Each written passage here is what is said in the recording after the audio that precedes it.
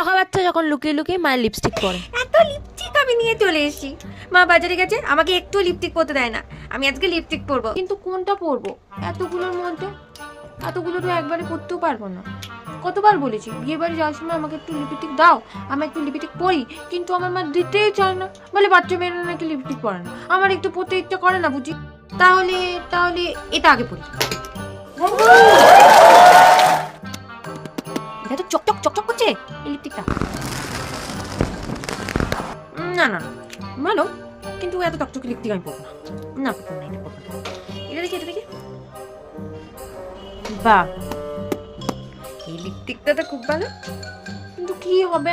একদিন তো পরতে পারছি, কি আর হবে, পরেই নি। এই মা এসে গেছে। এই বাবা, আমি লিপস্টিক গুলো এখন লাগবো কোথায়? আমি আর লিপস্টিক পরতেই পারলাম না ভালো করে সব কটা। মায়ের থেকে লুকিয়ে লুকিয়ে লিপস্টিক পরার মজাই আলাদা।